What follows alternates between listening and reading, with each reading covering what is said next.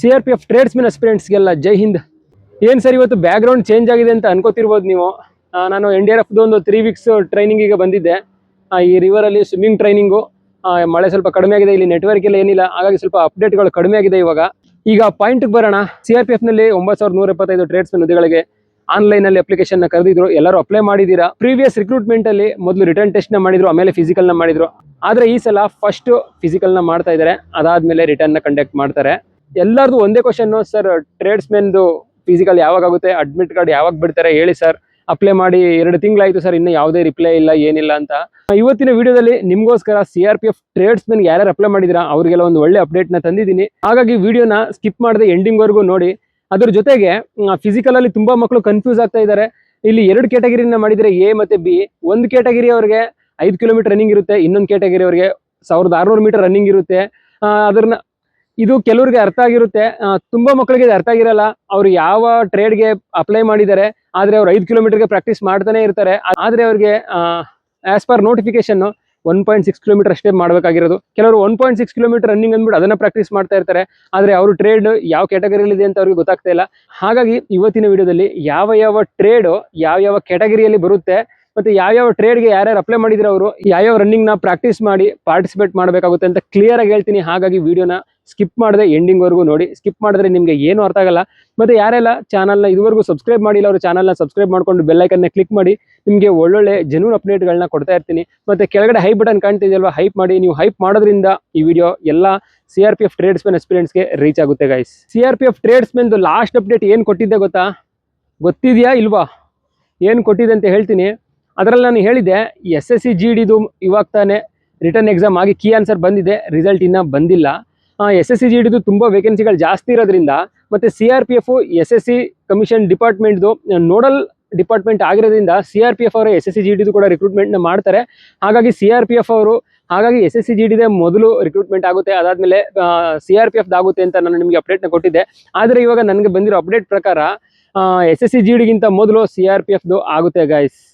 ಇದು ನಾನು ಸುಮ್ಮನೆ ಹೇಳ್ತಾ ಇಲ್ಲ, ಎಕ್ಯುರೇಟ್ ಆಗಿ ನಾನು ಇನ್ಫಾರ್ಮೇಶನ್ನ ಕಲೆಕ್ಟ್ ಮಾಡ್ಕೊಂಡು ನಿಮ್ಗೆ ಹೇಳ್ತಾ ಇರೋದು. ಈಗ ನನಗೆ ಸಿಕ್ಕಿರೋ ಅಪ್ಡೇಟ್ ಏನಪ್ಪಾ ಅಂತಂದ್ರೆ, CRPF ಅವರು RFID ಟೆಕ್ನಾಲಜಿ ಕಂಪನಿನ ಹೈಯರ್ ಮಾಡಿದ್ದಾರೆ. RFID ಅಂದ್ರೆ ಏನಂತ ಯೋಚನೆ ಮಾಡ್ತಾ ಇದ್ದೀರಾ? RFID ಅಂದ್ರೆ ರೇಡಿಯೋ ಫ್ರೀಕ್ವೆನ್ಸಿ ಐಡೆಂಟಿಫಿಕೇಶನ್ ಅಂತ. ನೀವು ರನ್ನಿಂಗ್ ಮಾಡಬೇಕಾದ್ರೆ ಶೂಸ್ ಅಲ್ಲಿ ಒಂದು ಚಿಪ್ ಹಾಕಿರ್ತಾರೆ. ಆ ಚಿಪ್ ಅಲ್ಲಿ ಎಕ್ಯುರೇಟ್ 5 ಕಿಲೋಮೀಟರ್ ಆಗಿರ್ಬೋದು, 1600 ಮೀಟರ್ ಆಗಿರ್ಬೋದು, ಈ ಡಿಸ್ಟೆನ್ಸ್ ಅದು ಮೆಜರ್ ಮಾಡುತ್ತೆ. ಮತ್ತೆ ಟೈಮ್ನು ಕೂಡ ಕರೆಕ್ಟಾಗಿ ಕ್ಯಾಲ್ಕುಲೇಟ್ ಮಾಡುತ್ತೆ, ಎಷ್ಟು ಟೈಮಲ್ಲಿ ಅಕ್ಯುರೇಟ್ ಆಗಿ ಓಡಿದರೆ ಅಂದ್ಬಿಟ್ಟು ಟೈಮ್ ಎಲ್ಲ ಕರೆಕ್ಟಾಗಿ ಕೊಡುತ್ತೆ. ಅದನ್ನ RFID ಚಿಪ್ ಅಂತ ಹೇಳ್ತೀವಿ. ಆ RFID ಕಂಪನಿನ, RFID ಟೆಕ್ನಾಲಜಿ ಕಂಪನಿನ CRPF ಅವರು ಆಲ್ರೆಡಿ ಹೈಯರ್ ಮಾಡಿದ್ದಾರೆ. ಅಂದ್ರೆ ಈ ತಿಂಗಳಲ್ಲೇ ನಿಮಗೆ ಫಿಸಿಕಲ್ನ ಕಂಡಕ್ಟ್ ಮಾಡ್ತಾರೆ ಗೈಸ್. ಯಾಕೆಂದ್ರೆ ಹೈಯರ್ ಮಾಡಿಬಿಟ್ಟು ಅವರು 2 ತಿಂಗಳು ಗಟ್ಟಲೆ ಅದನ್ನೆಲ್ಲ ಇಟ್ಕೊಳ್ಳೋಕ್ಕಾಗಲ್ಲ, ಜಾಸ್ತಿ ಎಕ್ಸ್ಪೆನ್ಸಿವ್ ಇರುತ್ತೆ. ಹಾಗಾಗಿ ಹೈಯರ್ ಮಾಡಿದ ಸ್ವಲ್ಪ ದಿನದಲ್ಲೇ ಫಿಸಿಕಲ್ನ ಕಂಡಕ್ಟ್ ಮಾಡ್ತಾರೆ. ಇದು ನನಗೆ ಬಂದಿರೋ ಫ್ರೆಶ್ ಇನ್ಫಾರ್ಮೇಷನ್. ಅದಕ್ಕೋಸ್ಕರ ಇಲ್ಲಿ ನೆಟ್ವರ್ಕ್ ಇಲ್ಲ ಅಂದ್ರೆ ನಿಮಗೋಸ್ಕರ ವಿಡಿಯೋನ ಮಾಡ್ತಾ ಇದ್ದೀನಿ, ಈ ಅಪ್ಡೇಟ್ ನಿಮಗೆ ರೀಚ್ ಆಗಲಿ ಅಂತ. ಮತ್ತೆ ಯಾರೆಲ್ಲ ಇದುವರೆಗೂ ಪ್ರಾಕ್ಟೀಸ್ನ ಸ್ಟಾರ್ಟ್ ಮಾಡಿಲ್ಲ, ಬೇಗ ಸ್ಟಾರ್ಟ್ ಮಾಡ್ಕೊಳ್ಳಿ, ಜಾಸ್ತಿ ದಿನ ಉಳಿದಿಲ್ಲ. ಮುಂದೆ ಹೋಗ್ತಾ ಹೇಳ್ತೀನಿ ಇನ್ನು ಎಷ್ಟು ದಿನದಲ್ಲಿ ಫಿಸಿಕಲ್ ಸ್ಟಾರ್ಟ್ ಆಗುತ್ತೆ ಅಂತ. ಮತ್ತೆ ಯೂಟ್ಯೂಬಲ್ಲಿ ಯಾವುದೇ ವಿಡಿಯೋಗಳಾಗಲಿ, ಇನ್ಸ್ಟಾಗ್ರಾಮಲ್ಲಾಗಲಿ, ಎಲ್ಲೇ ವಾಟ್ಸಪ್ಪಲ್ಲಾಗಲಿ, ಎಲ್ಲೇ ನಾನು ಯಾವುದೇ ಅಪ್ಡೇಟ್ಗಳನ್ನ ಕೊಟ್ಟರು ಅದರಲ್ಲಿ 10 ರಿಂದ 15 ಕಮೆಂಟ್ಗಳು CRPF ಟ್ರೇಡ್ಸ್ಮೆನ್ ಬಂದೇ ಬರ್ತಾ ಇತ್ತು. ಸರ್ ಫಿಸಿಕಲ್ ಯಾವಾಗ ಮಾಡ್ತಾರೆ, ಅಡ್ಮಿಟ್ ಕಾರ್ಡ್ ಯಾವಾಗ ಬಿಡ್ತಾರೆ, ಅಪ್ಡೇಟ್ ಕೊಡಿ ಸರ್, ಇಷ್ಟು ದಿನ ಆಯಿತು ಅಪ್ಲೈ ಮಾಡಿ, ಇನ್ನು ಯಾವುದೇ ರಿಪ್ಲೈಗಳು ಬರ್ತಾ ಇಲ್ಲ, ನಮಗೆ ಒಂದು ಕನ್ಫರ್ಮೇಷನ್ ಕೊಡಿ ಸರ್, ಪ್ರಾಕ್ಟೀಸ್ ಮಾಡೋದು ಬಿಡೋದು ಒಂದು ಗೊತ್ತಾಗ್ತಾ ಇಲ್ಲ ಅಂತ. ನಿಮ್ಮ ಎಲ್ಲ ಕ್ವಶನ್ಗಳು, ನಿಮ್ಮ ಎಲ್ಲ ಡೌಟ್ಗಳಿಗೆ ಇವಾಗ ನಾನು ಆನ್ಸರ್ ಮಾಡ್ತಾ ಇದ್ದೀನಿ ಗೈಸ್. ಏನಂದ್ರೆ ಈಗ ಆಗಸ್ಟ್ 2nd ವೀಕ್ ಸ್ಟಾರ್ಟ್ ಆಗಿದೆ, ಆಗಸ್ಟ್ 3rd ವೀಕ್ ಇಲ್ಲ 4th ವೀಕು, ಜಾಸ್ತಿ ಅಂದರೆ ಇನ್ನು 15 ರಿಂದ 20 ದಿನದಲ್ಲಿ ನಿಮಗೆ ಅಡ್ಮಿಟ್ ಕಾರ್ಡ್ಗಳು ಬರೋಕ್ಕೆ ಸ್ಟಾರ್ಟ್ ಆಗುತ್ತೆ. ಸೆಪ್ಟೆಂಬರ್ 1st ವೀಕಲ್ಲಿ 100% ಫಿಸಿಕಲ್ ಆಗೇ ಆಗುತ್ತೆ ಗೈಸ್. ಆಗಸ್ಟ್ ಎಂಡಿಂಗಲ್ಲಿ ನಿಮಗೆ ಅಡ್ಮಿಟ್ ಕಾರ್ಡ್ಗಳು ಬಂದರೆ ಸೆಪ್ಟೆಂಬರಲ್ಲಿ ನಿಮಗೆ 100% ಫಿಸಿಕಲ್ ಆಗೇ ಆಗುತ್ತೆ. ಈ ಸಲ ಫಿಸಿಕಲ್ಲು ಬೆಂಗಳೂರಲ್ಲೇ ಇದೆ, ಗ್ರೂಪ್ ಸೆಂಟರ್ CRPF ಕ್ಯಾಂಪ್ ಯಲಹಂಕದಲ್ಲಿರೋದು. ಹಾಗಾಗಿ ಕ್ಯಾಂಡಿಡೇಟ್ಗಳಿಗೆ ಜಾಸ್ತಿ ಏನು ಕಷ್ಟ ಆಗೋದಿಲ್ಲ. ಔಟ್ ಆಫ್ ಸ್ಟೇಟ್ಗೆ ಹೋಗಬೇಕು, ತಮಿಳ್ನಾಡಿಗೆ ಹೋಗಬೇಕು, ಮತ್ತು ಕೇರಳಕ್ಕೆ ಹೋಗಬೇಕು, ಬೇರೆ ದೂರದ ಸ್ಟೇಟ್ಗಳಿಗೆ ಹೋಗೋ ಅವಶ್ಯಕತೆ ಇಲ್ಲ. ಎಲ್ಲರಿಗೂ ಬೆಂಗಳೂರಲ್ಲೇ ಫಿಸಿಕಲ್ನ ಕಂಡಕ್ಟ್ ಮಾಡ್ತಾ ಇದ್ದಾರೆ. ಇದೊಂದು ಪ್ಲಸ್ ಪಾಯಿಂಟು. ಆರಾಮಾಗಿ ನೀವು ಬೆಂಗಳೂರಿಗೆ ಹೋಗಿ ಮಾಡಬಹುದು. ಮತ್ತು ಯಾರೆಲ್ಲ ಪ್ರಾಕ್ಟೀಸ್ ಮಾಡ್ತಾ ಇಲ್ಲ ಅವರು ಪ್ರಾಕ್ಟೀಸ್ನ ಸ್ಟಾರ್ಟ್ ಮಾಡ್ಕೊಳ್ಳಿ ಗೈಸ್. ಜಾಸ್ತಿ ಟೈಮ್ ಉಳಿದಿಲ್ಲ, 5 ಕಿಲೋಮೀಟರ್ ಮತ್ತು 1600 ಮೀಟರ್ನ ಓಡಬೇಕಾಗುತ್ತೆ. ಮತ್ತು ಯಾರೆಲ್ಲ ಪ್ರಾಕ್ಟೀಸ್ ಮಾಡ್ತಾ ಇದ್ದೀರಾ ವೆಲ್ ಆ್ಯಂಡ್ ಗುಡ್, ಅದೇ ಥರ ಕಂಟಿನ್ಯೂ ಮಾಡಿ. ಯಾರ್ದೆಲ್ಲ ರನ್ನಿಂಗ್ ಟೈಮಿಂಗ್ ಬರ್ತಾ ಇಲ್ಲ, ಮತ್ತು ರನ್ನಿಂಗ್ ಟಿಪ್ಸು, ಡಯಟ್ ಯಾವ ಥರ ತೊಗೋಬೇಕು, ಮತ್ತು ಬಾರ್ಡ್ರಲ್ಲಿ ಇದ್ರೆ 25 ನಿಮಿಷ 26 ನಿಮಿಷ ಆಗ್ತಾ ಇದೆ ರನ್ನಿಂಗು ಟೈಮಿಂಗ್ ಬರ್ತಾ ಇಲ್ಲ, ಆ ಕ್ಯಾಂಡಿಡೇಟ್ಗಳು ನನಗೆ ಕಮೆಂಟ್ ಮಾಡಿ ನಿಮಗೆ ಖಂಡಿತ ಟಿಪ್ಸ್ ಹೇಳ್ತೀನಿ. 2 ರಿಂದ 3 ನಿಮಿಷ ಹೆಂಗೆ ಡೌನ್ ಮಾಡಬೇಕು, ಯಾವ ರೀತಿ ವರ್ಕೌಟ್ಗಳನ್ನ ಮಾಡಬೇಕು ಅಂತ ನಿಮಗೆ ನಾನು 2 to 3 ವೀಕ್ಸ್ ಶೆಡ್ಯೂಲ್ ಕೊಟ್ಟು ನಿಮಗೆ ರನ್ನಿಂಗ್ನ ಇಂಪ್ರೂವ್ ಮಾಡ್ತೀನಿ. ನಿಮ್ಮ ಹತ್ರ ಕೆಪಾಸಿಟಿ ಇರುತ್ತೆ, ರನ್ನಿಂಗ್ ಮಾಡ್ತಾ ಇರ್ತೀರಾ, ಆದರೆ ಆ ಟೈಮಿಂಗ್ನ ಯಾವ ರೀತಿ ತರಬೇಕು ಅನ್ನೋದು ನಿಮಗೆ ಗೊತ್ತಾಗ್ತಾ ಇರಲ್ಲ. ಈಸಿಯಾಗಿ ವರ್ಕೌಟ್ಗಳನ್ನ ನಾನು ಹೇಳ್ಕೊಡ್ತೀನಿ, ಅದನ್ನು ಫಾಲೋ ಅಪ್ ಮಾಡಿದ್ರೆ ಆರಾಮಾಗಿ ನೀವು 5 ಕಿಲೋಮೀಟರ್ನ 22-23 ನಿಮಿಷದಲ್ಲಿ ಕಂಪ್ಲೀಟ್ ಮಾಡ್ಬೋದು ಗೈಸ್. ಇವಾಗ ಎ ಕ್ಯಾಟಗರಿ ಯಾವುದು, ಬಿ ಕ್ಯಾಟಗರಿ ಯಾವುದು, ಎ ಕ್ಯಾಟಗರಿಲಿ ಯಾವ ಟ್ರೇಡ್ ಬರುತ್ತೆ ಅವ್ರಿಗೆ ಎಷ್ಟು ಕಿಲೋಮೀಟರ್ ರನ್ನಿಂಗ್ ಇರುತ್ತೆ, ಬಿ ಕ್ಯಾಟಗರಿಲಿ ಯಾವ ಟ್ರೇಡ್ ಬರುತ್ತೆ ಅವ್ರಿಗೆ ಎಷ್ಟು ರನ್ನಿಂಗ್ ಇರುತ್ತೆ ಅನ್ನೋದನ್ನ ತಿಳ್ಕೊಳ್ಳೋಣ.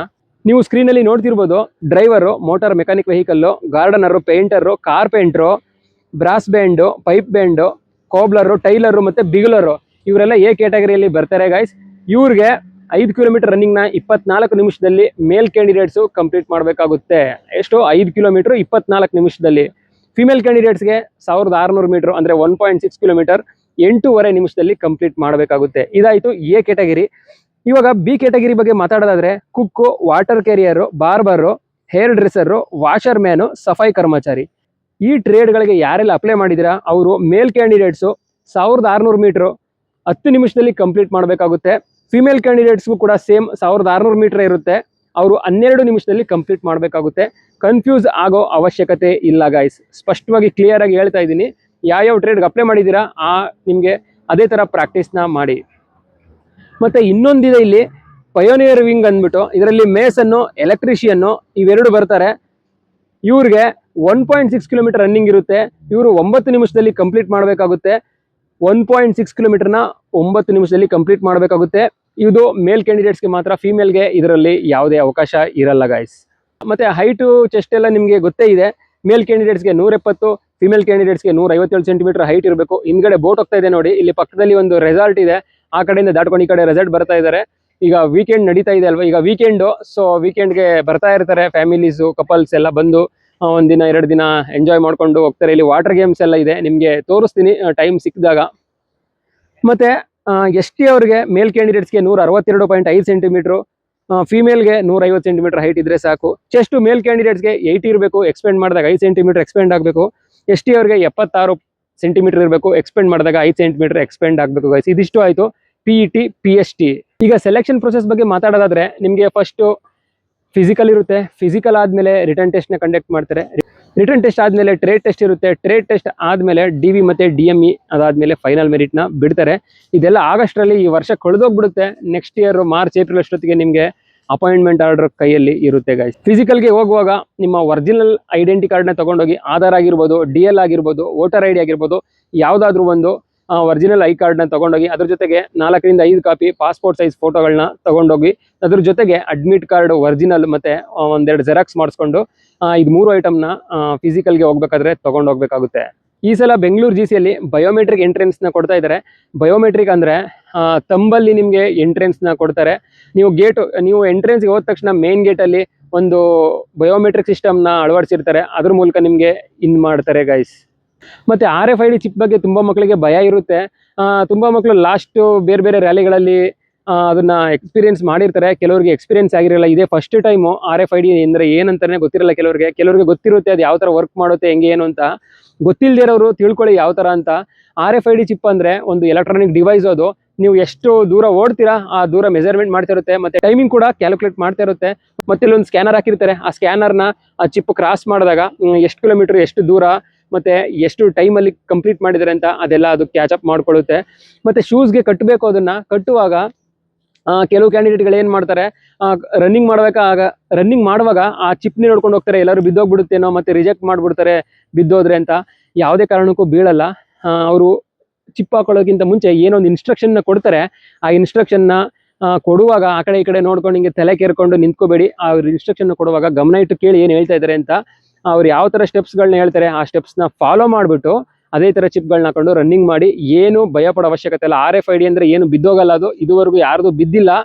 ಸೇಫ್ಟಿಯಾಗಿ ಅವರು ಅದನ್ನು ಟ್ಯಾಗ್ ಮಾಡಿಸ್ತಾರೆ. ಆರಾಮಾಗಿ ನೀವು ರನ್ನಿಂಗ್ ಮೇಲೆ ಕಾನ್ಸಂಟ್ರೇಟ್ ಮಾಡಿ, ರನ್ನಿಂಗ್ ಮಾಡಿ. ಚಿಪ್ ಮೇಲೆ ಯಾರು ಕಾನ್ಸಂಟ್ರೇಟ್ ಮಾಡೋಕ್ಕೆ ಹೋಗಬೇಡಿ.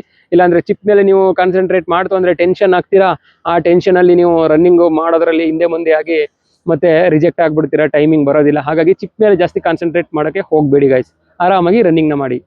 ಮತ್ತು ಕೆಲವರಿಗೆ ಈ ಡೌಟ್ ಬರ್ತಿರ್ಬೋದು, sir A category B category ಏನಕ್ಕೆ ಮಾಡಿದ್ದಾರೆ, ಎಲ್ಲರಿಗೂ 5 ಕಿಲೋಮೀಟರ್ ಮಾಡ್ಬೋದಿತ್ತು, ಇಲ್ಲಾಂದ್ರೆ ಎಲ್ಲರಿಗೂ 1600 ಮೀಟರ್ ರನ್ನಿಂಗ್ ಮಾಡಿಸ್ಬೋದಿತ್ತಲ್ವ ಸರ್ ಅಂತ ಕೆಲವರಿಗೆ ಡೌಟ್ಗಳು ಬರ್ಬೋದು, ಕ್ವಶನ್ಗಳು ಬರ್ಬೋದು. ಏನಕ್ಕೆ ಅಂದರೆ ಎ ಕ್ಯಾಟಗರಿಯಲ್ಲಿ ಏನು ಒಂದು ಗ್ರೂಪ್ಗಳನ್ನ ಮಾಡಿದ್ದಾರೆ, ಮತ್ತು ಬಿ ಕ್ಯಾಟಗರಿಯಲ್ಲಿ ಏನು ಕುಕ್ಕು, ಬಾರ್ಬರು, ವಾಷರ್ ಮ್ಯಾನು, ಸಫಾಯಿ ಕರ್ಮಚಾರಿ ಇವರೆಲ್ಲ ಮಾಡಿದ್ದಾರೆ. ಇವರು ಎಷ್ಟೇ ಎಮರ್ಜೆನ್ಸಿ ಡ್ಯೂಟಿ ಬಂದರೂ ಬಿ ಗ್ರೂಪ್ ಅವರು, ಬಿ ಕ್ಯಾಟಗರಿ ಅವರು ಕ್ಯಾಂಪಲ್ಲೇ ಡ್ಯೂಟಿನ ಮಾಡ್ತಾರೆ, ಹೊರಗಡೆ ಔಟ್ಸೈಡ್ ಡ್ಯೂಟಿಗಳಿಗೆ ಹೋಗಲ್ಲ. ಹಾಗಾಗಿ ಇವರು ಕ್ಯಾಂಪಲ್ಲಿ ಇರೋದ್ರಿಂದ ಇವರಿಗೆ ಹೈ ಲೆವೆಲ್ ಫಿಟ್ನೆಸ್ ಅವಶ್ಯಕತೆ ಇಲ್ಲ, ನಾರ್ಮಲ್ ಫಿಟ್ನೆಸ್ ಸಾಕು ಅಂದ್ಬಿಟ್ಟು 1600 ಮೀಟರ್ನ ಇಟ್ಟಿದ್ದಾರೆ. ಅದೇ ಎ ಕ್ಯಾಟಗರಿಯಲ್ಲಿ ಯಾರ್ಯಾರಿದ್ದಾರೆ ಆ ಕ್ಯಾಟಗರಿ ಅವ್ರಿಗೆಲ್ಲ ಏನಾದರೂ ಎಮರ್ಜೆನ್ಸಿ ಬಂತು ಅಂದರೆ, ಹೊರಗಡೆ ಹೋಗ್ಬೇಕಾದ್ರೆ ಅವಶ್ಯಕತೆ ಬಂತು ಡ್ಯೂಟಿಗಳಿಗೆ, ಅವಾಗ ಅವರು ಹೊರಗಡೆ ಹೋಗಬೇಕಾಗುತ್ತೆ. ಹಾಗಾಗಿ ಅವರ ಫಿಟ್ನೆಸ್ ಲೆವೆಲ್ ಹೈಯಲ್ಲಿ ಇರಬೇಕು. ಸೊ 5 ಕಿಲೋಮೀಟರ್ ರನ್ನಿಂಗ್ನ ಇಟ್ಟಿದ್ದಾರೆ ಗೈಸ್. ಅದರ್ವೈಸ್ ಬೇರೆ ಏನೂ ಇಲ್ಲ. ಯಾರು ಹೋಗೋದಿಲ್ಲ. ಟ್ರೇಡ್ಸ್ ಮ್ಯಾನ್ ಅಂದರೆ ಕ್ಯಾಂಪಲ್ಲಿ ಡ್ಯೂಟಿ ಇರುತ್ತೆ, ಕುಕ್ಕು ಕಿಚನಲ್ಲಿ ಕೆಲಸ ಮಾಡ್ತಾರೆ, ಬಾರ್ಬರ್ ಶಾಪಲ್ಲಿ, ಟೈಲರ್ ಶಾಪಲ್ಲಿ, ಮತ್ತೆ washer man ಬಾತ್ರೂಮಲ್ಲಿ.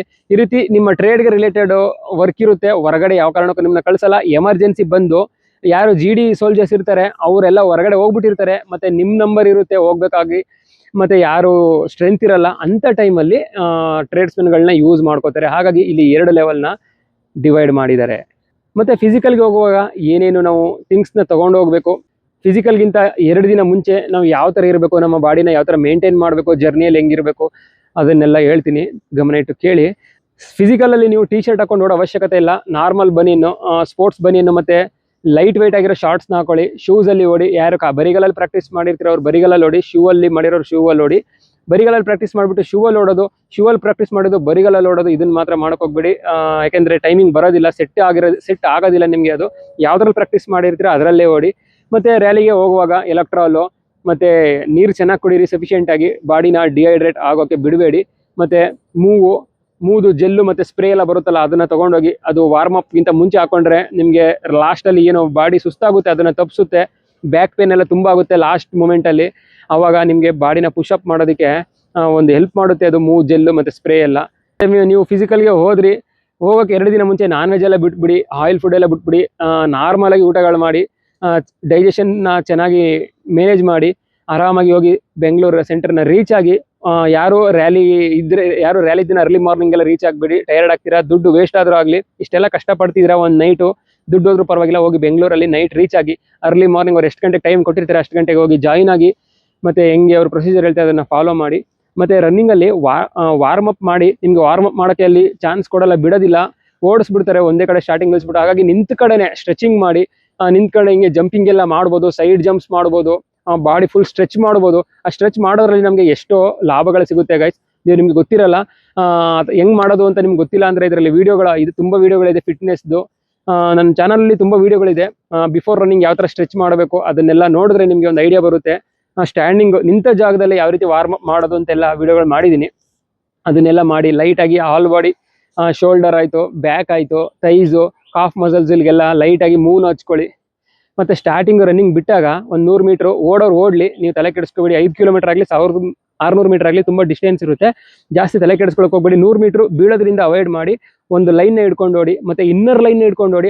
400 metre ಟ್ರ್ಯಾಕಲ್ಲಿ ಓಡಿಸಿದ್ರೆ inner line ಹಿಡ್ಕೊಂಡು ಓಡಿ, ಔಟ್ರಲ್ಲಿ ಓಡಬೇಡಿ, ಬಳಸ್ದಂಗೆ ಆಗುತ್ತೆ. ಇನ್ನರಲ್ಲಿ ಓಡಿ, ರೋಡಲ್ಲಿ ಓಡಿಸಿದ್ರೆ ಇನ್ನೂ ಬೆಟರು. ಮತ್ತು ಕೆಲವರಿಗೆ ಡೌಟ್ ಬರ್ಬೋದು, ಸರ್ 5 ಕಿಲೋಮೀಟ್ರ್ ಆಗಲಿ 1600 ಮೀಟರ್ ಆಗಲಿ ರೋಡಲ್ಲಿ ಓಡಿಸಿದ್ರೆ ಬೆಸ್ಟಾ ಅಥವಾ ಗ್ರೌಂಡಲ್ಲಿ ಓಡಿಸಿದ್ರೆ ಬೆಸ್ಟಾ ಅಂತ. ರೋಡಲ್ಲಿ ಓಡಿದ್ರೆ ಬೆಸ್ಟ್ ಗೈಸ್. ಯಾಕೆಂದರೆ ಗ್ರೌಂಡಲ್ಲಿ 4 ಕರ್ವ್ ಇರುತ್ತೆ, 4 ಕರ್ವ್ನ ನೀವು ಬಳಸ್ಕೊಂಡು ಓಡೋದ್ರಿಂದ ಟೈಮು ಜಾಸ್ತಿ ಹಿಡಿಯುತ್ತೆ. ಹಾಗಾಗಿ ರೋಡಲ್ಲಿ ಮಾಡಿಸಿದ್ರೆ ತುಂಬ ಲಕ್ಕಿ ಅಂತಲೇ ಅಂದ್ಕೊಳ್ಳಿ. ಬೆಂಗಳೂರಲ್ಲಿ 400 ಮೀಟರ್ ಸೆಂಟರ್ ಟ್ರ್ಯಾಕ್ ಅಂದರೆ ಮಣ್ಣಿನ ಟ್ರ್ಯಾಕ್ ಕೂಡ ಇದೆ, ಮತ್ತು ರೋಡ್ಗಳು ತುಂಬ ದೊಡ್ಡದಾಗೆಲ್ಲ ಇದೆ. 5 ಕಿಲೋಮೀಟರ್ ರನ್ನಿಂಗ್ ಮಾಡಿಸೋಷ್ಟೆಲ್ಲ ಇದೆ. ಲಾಸ್ಟ್ ಇಯರ್ ರೋಡಲ್ಲೇ ಮಾಡಿಸಿದ್ರು. ನಾನು ಕೂಡ GC ಬೆಂಗಳೂರಲ್ಲೇ ಟ್ರೈನಿಂಗ್ ಮಾಡಿದ್ದು 2007ರಲ್ಲಿ. ಅವಾಗೆಲ್ಲ ಅಷ್ಟು ಫೆಸಿಲಿಟೀಸ್ ಇರಲಿಲ್ಲ, ಇವಾಗೆಲ್ಲ ತುಂಬ ಇಂಪ್ರೂವ್ ಮಾಡಿದ್ದಾರೆ. ಸೊ ರೋಡಲ್ಲಾದರೂ ಮಾಡ್ಬೋದು, ಟ್ರ್ಯಾಕಲ್ಲಾದರೂ ಮಾಡ್ಬೋದು, ಎಲ್ಲಾದರೂ ಮಾಡ್ಬೋದು. ಅದು ರಿಕ್ರೂಟ್ಮೆಂಟ್ ಆಫೀಸರ್ ಮೇಲೆ ಡಿಪೆಂಡ್ ಆಗುತ್ತೆ. ಹಾಗಾಗಿ ನೀವು ಎರಡಕ್ಕೂ ತಯಾರಾಗಿರಬೇಕು. ಟ್ರ್ಯಾಕಲ್ಲಾಗಲಿ ಎಲ್ಲಾದರೂ ಆಗಲಿ ನಾನು ಓಡ್ತೀನಿ 24 ನಿಮಿಷ, ಮತ್ತು ಏನೋ 1600 ಮೀಟರ್ದು ಟೈಮಿಂಗ್ ಇದೆ, ಟೈಮಿಂಗ್ ಒಳಗಡೆ ಬರ್ತೀನಿ ಅನ್ನೊಂದು ನಿಮಗೆ ಕಾನ್ಫಿಡೆನ್ಸ್ ಇರಬೇಕು. ಆ ರೀತಿ ಪ್ರಾಕ್ಟೀಸ್ನ ಮಾಡಿ. ಮತ್ತು ಯಾರಿಗೆಲ್ಲ ಟೈಮಿಂಗ್ ಬರ್ತಾ ಇಲ್ಲ ಅವರು ದಯವಿಟ್ಟು ನನಗೆ ಕಮೆಂಟ್ ಮಾಡಿ. ನಿಮಗೆ ರನ್ನಿಂಗ್ ಟಿಪ್ಸ್ ಆಯಿತು, ಡಯಟ್ಸ್ ಆಯಿತು, ಇದನ್ನೆಲ್ಲ ಹೇಳ್ತೀನಿ. ಯಾವ ರೀತಿ ನಾವು 2-3 ನಿಮಿಷ ಟೈಮ್ನ ಕಡಿಮೆ ಮಾಡಬೇಕು ಅಂತ. ನೀವು ಮಾಡ್ತಾ ಇರ್ತೀರ ಚೆನ್ನಾಗೆ, ಜಾಸ್ತಿ ಎಫರ್ಟ್ ಆಗ್ತಾ ಇರ್ತೀರ, ಆದರೆ ಟೈಮ್ ಬರ್ತಾ ಇರಲ್ಲ. ಎಲ್ಲಿ ಯಾವ ಥರ ನಾವು ನಮ್ಮ ಬಾಡಿನ ಪುಷ್ ಮಾಡಬೇಕು ಅದನ್ನೆಲ್ಲ ನಾನು ಹೇಳ್ತೀನಿ. ಇದಿಷ್ಟು ಇವತ್ತಿನ CRPF ಟ್ರೇಡ್ಸ್ಮನ್ ಒಂದು ಕಂಪ್ಲೀಟ್ ಇನ್ಫಾರ್ಮೇಷನ್ ಆಗಿತ್ತು. ಯಾರೆಲ್ಲ ಪ್ರಾಕ್ಟೀಸ್ ಮಾಡ್ತಿಲ್ಲ, ಪ್ರಾಕ್ಟೀಸ್ ಬೇಗ ಸ್ಟಾರ್ಟ್ ಮಾಡ್ಕೊಳ್ಳಿ. September first week, August ending ಇಲ್ಲ, ಸೆಪ್ಟೆಂಬರ್ ಫಸ್ಟ್ ವೀಕಲ್ಲಿ ಫಿಸಿಕಲ್ನ ಕಂಡಕ್ಟ್ ಮಾಡ್ತಾರೆ. ಚೆನ್ನಾಗಿ ಮಾಡಿ. ನಾನು ಕೂಡ CRPF ಅಲ್ಲಿ 20ನೇ ವರ್ಷ ಈಗ ಸರ್ವಿಸ್ ಸ್ಟಾರ್ಟ್ ಆಗಿದೆ ನಂದು. ಈ CRPF ಸೋಲ್ಜರ್ ಕಡೆಯಿಂದ ಟ್ರೇಡ್ಸ್ಮ್ಯಾನ್ ಫಿಸಿಕಲ್ಗೆ ಬರ್ತಾ ಇರೋಂಥ ಎಲ್ಲ ಕ್ಯಾಂಡಿಡೇಟ್ಸ್ಗೂ ಆಲ್ ದ ಬೆಸ್ಟ್. ಚೆನ್ನಾಗಿ ಮಾಡಿ. ಏನಾದರೂ ಹೆಲ್ಪ್ ಬೇಕಂದರೆ ಖಂಡಿತ ಕಮೆಂಟ್ ಮಾಡಿ, ನಿಮಗೆ ರಿಪ್ಲೈ ಮಾಡ್ತೀನಿ. ಇದಿಷ್ಟು ಇವತ್ತಿನ ಇನ್ಫಾರ್ಮೇಷನ್ ಇಷ್ಟ ಆಗಿದ್ರೆ ಈ ವಿಡಿಯೋನ ಲೈಕ್ ಮಾಡಿ. ಏನಾದರೂ ಡೌಟ್ಸ್ ಇದ್ದರೆ ಕಮೆಂಟ್ ಮಾಡಿ, ಖಂಡಿತ ರಿಪ್ಲೈ ಮಾಡ್ತೀನಿ. ಮತ್ತು ಈ ವಿಡಿಯೋನ ಎಲ್ಲ CRPF ಟ್ರೇಡ್ಸ್ಮ್ಯಾನ್ ಅಸ್ಪಿರೆಂಟ್ಸ್ಗೆ ಶೇರ್ ಮಾಡಿ. ಮತ್ತು ಹೊಸ ಅಪ್ಡೇಟ್ ನನಗೆ ನೆಕ್ಸ್ಟ್ ವಿಡಿಯೋದಲ್ಲಿ ಸಿಗ್ತೀನಿ. ಅಲ್ಲಿವರೆಗೂ ಟೇಕ್ ಕೇರ್. ಜೈ ಹಿಂದ್.